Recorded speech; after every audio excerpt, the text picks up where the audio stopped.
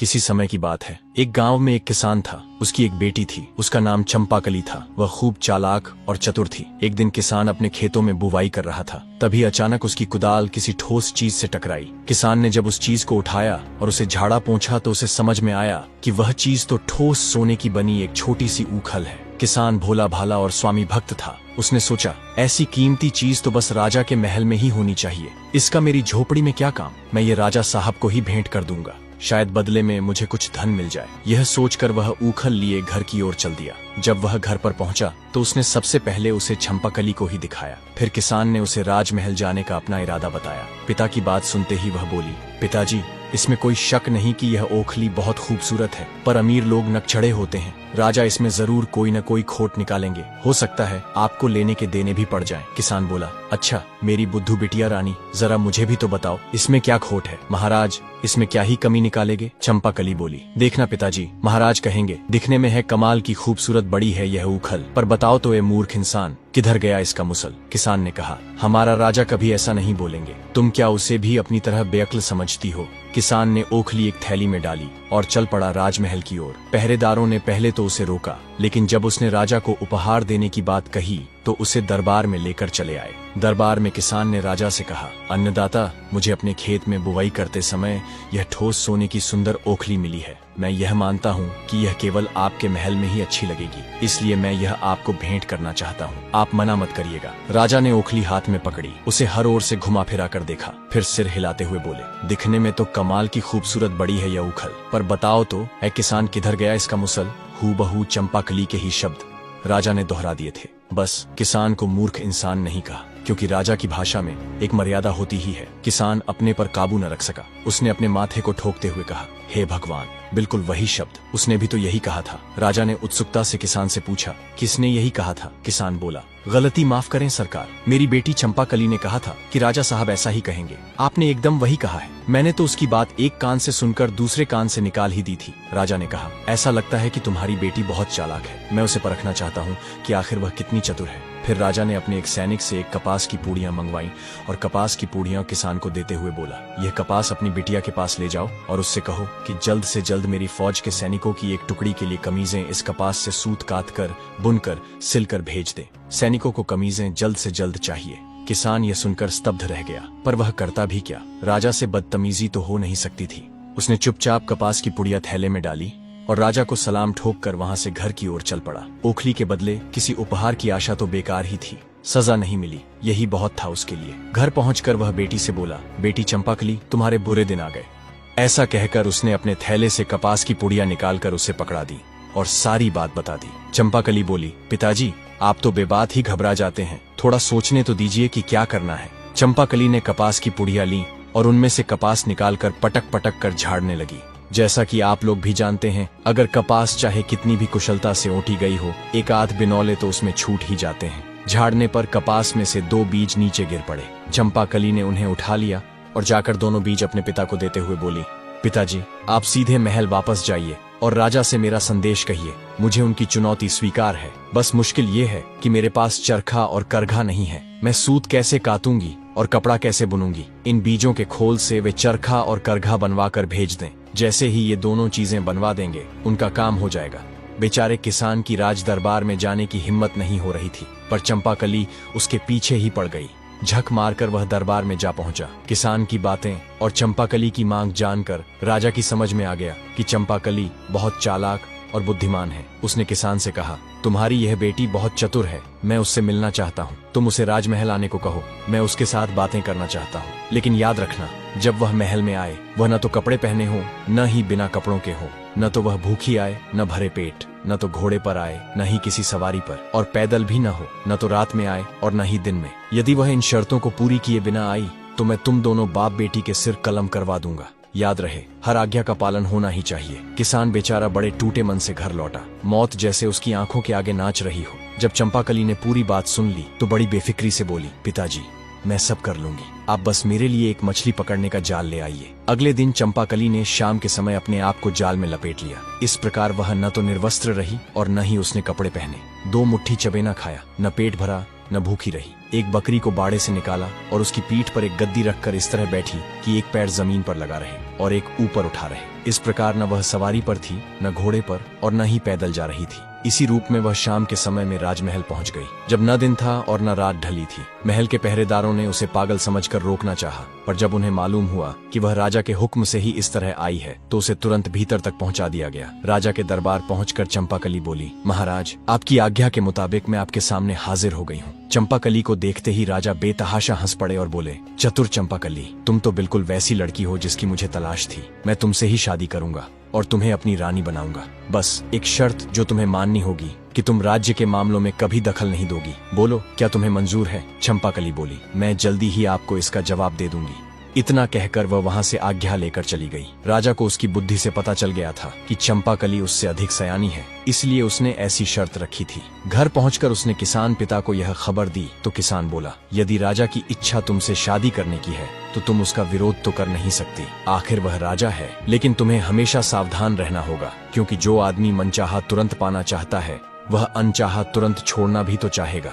इसलिए तुम अपने यहाँ की चीजों को यों का त्यों रहने दो। न जाने कब तुम उन्हें नापसंद हो जाओ तो यही सब तुम्हारे काम आएगा। चंपाकली अब भी कम उम्र की थी। उसने पिता की बातों पर बहुत ध्यान नहीं दिया और राजा को एक पत्र लिखकर शादी के लिए अपनी स्वीकृति भेज दी। राजा पत्र पढ़कर बहुत खुश हुआ। बहुत जल्दी ही पूरे राज्य में विवाह की धूमधाम मच गई और निर्धारित समय पर उनकी शादी हो गई। एक दिन एक किसान अपनी गर्भवती गाय को लेकर बेचने की इच्छा से राजधानी आया था, लेकिन उसे निवास के लिए किसी भी सराय में जगह नहीं मिली, क्योंकि सभी सरायें भरी हुई थीं। एक सराय मालिक को उस गर्भवती गाय पर दया आ गई। उसने किसान को अपनी सराय के पास पड़े छप्पर के नीचे गाय को रात भर रखने की इजाजत दे दी। किसान ने अपनी गाय की रस्सी पास खड़ी एक गाड़ी के पहिए से बांध दी।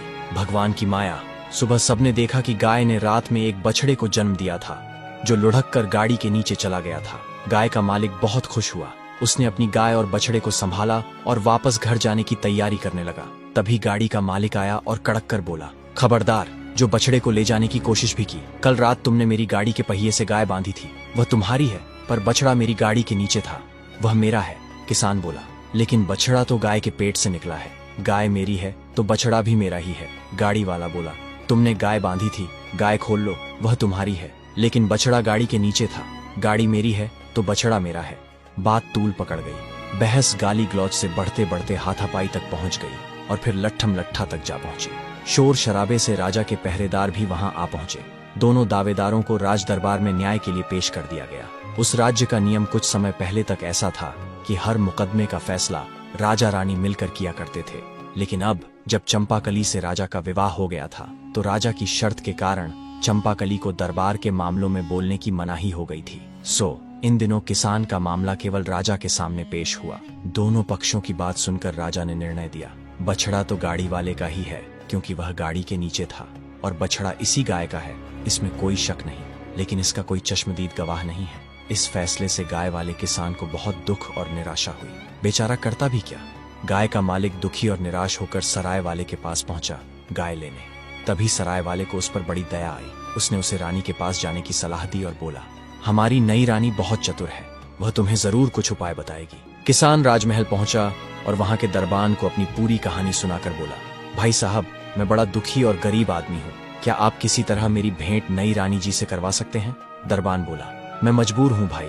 राजा साहब ने किसी भी फरियादी को रानी से मिलने की सख्त मनाही कर दी है, मरता क्या न करता। किसान ने चोरी छिपे महल के आसपास चक्कर लगाना शुरू कर दिया। उसे एक बगीचे में रानी चहलकदमी करती दिखाई दी। फिर क्या था, बगीचे की बाड़ फांद कर गाय वाला अंदर जा पहुंचा और रानी के आगे गिड़गिड़ाकर अपने साथ हुए अन्याय की कहानी कह सुनाई। चंपाकली ने थोड़ी देर विचार किया, फिर बोली, मेरी बात ध्यान से सुनो।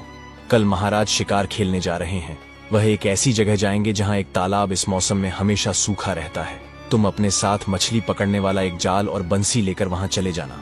जब राजा साहब दिखाई दें तो ऐसा अभिनय करना मानो तुम मछलियां पकड़ रहे हो। महाराज तुमसे जरूर पूछेंगे कि तुम सूखे तालाब में मछलियां क्यों पकड़ रहे हो। तब तुम उनसे कहना, यदि एक गाड़ी बछड़ा पैदा कर सकती है तो क्या सूखे तालाब में मछलियां नहीं मिल सकती? अगले दिन किसान बंसी और जाल से लैस होकर सूखे तालाब पर पहुंच गया। तभी वहां राजा अपने सैनिकों के साथ शिकार करने आ पहुंचा। उसने देखा कि एक बूढ़ा व्यक्ति सूखे तालाब में मछलियां पकड़ रहा है। राजा उसके पास गया और पूछा, तुम सूखे तालाब में मछलियां क्यों पकड़ रहे हो? इस पर किसान बोला, जब एक गाड़ी बछड़ा पैदा कर सकती है तो सूखे तालाब में मछलियां क्यों नहीं मिल सकती। किसान का उत्तर सुनते ही राजा हैरानी में पड़ गया। वह किसान से जोर से बोले, ये तुम किसकी बोली बोल रहे हो? तुम तो ऐसा कभी सोच भी नहीं सकते। सच सच बताओ, क्या तुम रानी से मिले थे? किसान इनकार न कर सका। उसने तुरंत स्वीकार कर लिया कि ऐसा करने की सलाह उसे रानी से ही मिली थी। राजा ने तुरंत सिपाहियों से कहा, बछड़ा गाय के मालिक को दिलवा दो। महल लौटते ही उन्होंने चंपाकली को बुलाया और बोले, मैंने शादी के समय जो शर्त रखी थी तुमने उसे पूरा नहीं किया। तुमने मेरे किए फैसले का विरोध किया। तुम्हें राजकाज के मामलों में नहीं पड़ना चाहिए था। अब इस राजमहल में जो भी चीजें तुम्हें प्रिय हों उन्हें अपने साथ लेकर रात होने से पहले अपने गांव के घर लौट जाओ और एक किसान की बेटी की तरह ही सारी जिंदगी बिताओ। चंपाकली ने सिर झुकाकर जवाब दिया, जैसा आप चाहते हैं वैसा ही होगा महाराज। बस आपसे एक विनती है कि शाम के समय मुझसे जाने को न कहें। घर की लक्ष्मी को संध्या के समय घर से निकलने पर आपकी प्रजा में आपकी बदनामी होगी। राजा बोले, ठीक है, आज रात हम आखिरी बार एक साथ खाना खाएंगे, कल सुबह तुम चली जाना। चंपाकली बोली, ठीक है महाराज। अब चतुर चंपाकली रसोई में गई और रसोइये से तला भुना स्वादिष्ट और गृष्ट भोजन बनाने को कहा। भोजन के साथ पीने के लिए स्वादिष्ट और कीमती मदिरा भी मंगवाई। सुस्वादु भोजन अधिक खाया भी जाता है और उसके बाद आलस्य भी अधिक आता है। रात को जब राजा और चंपाकली ने साथ बैठकर भोजन किया तब राजा का मन पहले से ही व्याकुल था। ऊपर से उन्होंने अधिक मदिरा भी पी ली थी। कुछ ही क्षणों में मदिरा ने अपना प्रभाव दिखाया और जैसे जैसे भोजन समाप्त हुआ राजा आलस्य और नींद के ऐसे जाल में उलझ गए कि अंततः अपनी कुर्सी पर ही गहरी नींद में डूब गए। रानी चंपाकली ने तुरंत सेवकों को आदेश दिया, महाराज को कुर्सी समेत उठाओ और जैसा कहा जाए वैसा ही करो, बिना किसी नानुकुर के। अगर किसी ने टाल मटोल की तो उसे महल से बाहर कर दिया जाएगा। सेवकों ने रानी के आदेश का तत्काल ही पालन किया। चंपाकली महल से निकल पड़ी और राजधानी की गलियों से होती हुई देर रात अपने गांव पहुंच गई। घर के दरवाजे पर पहुंचकर उसने पुकारा, पिताजी दरवाजा खोलिए, आपकी बेटी लौट आई है। बेटी की आवाज सुनते ही वृद्ध पिता दौड़ते हुए खिड़की तक आए और बोले, इतनी रात गए आई है बेटी? मैंने तो पहले ही कहा था, ऐसे आदमी का कोई भरोसा नहीं।